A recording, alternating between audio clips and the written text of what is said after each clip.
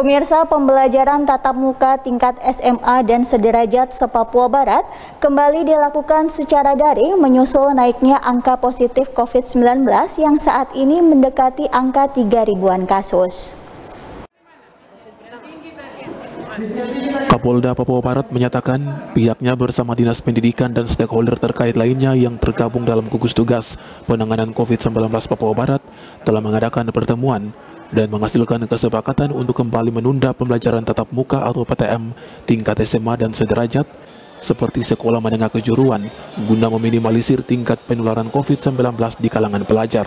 Irjen Pol Tornagogo Sehombing mengungkapkan masih rendahnya capaian vaksinasi di kalangan pelajar, sementara angka positif COVID yang terus melambung hingga mencapai angka 2.856 per tanggal 22 Februari telah memaksa gugus tugas untuk merekomendasikan agar PTM di sekolah-sekolah untuk sementara kembali ditiadakan.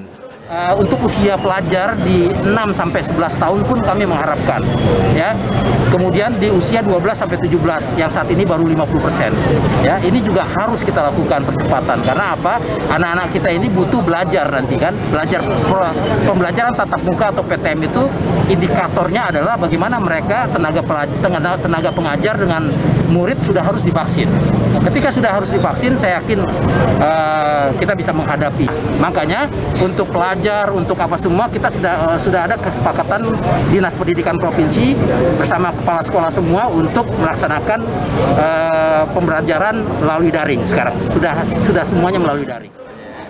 Di tempat terpisah, Kepala Dinas Pendidikan Papua Barat membenarkan pernyataan Kapolda. Barnabas Dowan Siba menyebut pembelajaran daring untuk pelajar tingkat SMA dan kejuruan telah dilakukan sekitar 2 minggu pasca munculnya gelombang ketiga COVID-19 di Papua Barat yang ditandai dengan naiknya angka positif secara signifikan setiap harinya. Khusus untuk murid kelas 12 yang akan segera menjalani ujian akhir masih diperkenankan mengikuti PTM, namun dengan syarat pelajar kelas 12 yang mengikuti PTM adalah mereka yang telah menjalani vaksinasi dengan menerapkan protokol kesehatan yang ketat saat berlangsungnya PTM. Sementara untuk pelajar yang belum mengikuti vaksinasi tidak diperkenankan mengikuti PTM, namun hanya dapat mengikuti pembelajaran jarak jauh atau daring.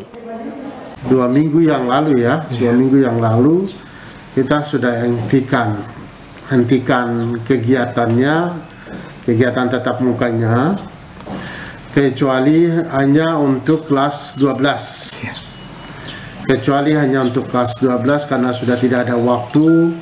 Berapa waktu lalu juga sudah terbuang dan kita sudah tegaskan kepada sekolah supaya yang sudah vaksin boleh lakukan tatap muka di sekolah. Yang tidak vaksin biar dia belajar di rumah saja. Nanti guru-guru kasih PR kah, kasih tugas kah, biar dia belajar online saja. Tapi kalau yang untuk kelas 12 ini, kalau yang sudah vaksin silakan datang ke tatap muka tapi dengan menerapkan protokol kesehatan. Jadi itu. Bapak, untuk SD sendiri bagaimana Bapak? SD itu kewenangan ada di kabupaten kota. SD, SMP, PAUD dan sebagainya itu semua ada di kewenangan kota. Hari Armstrong, Biro Manokwari, CWM Channel.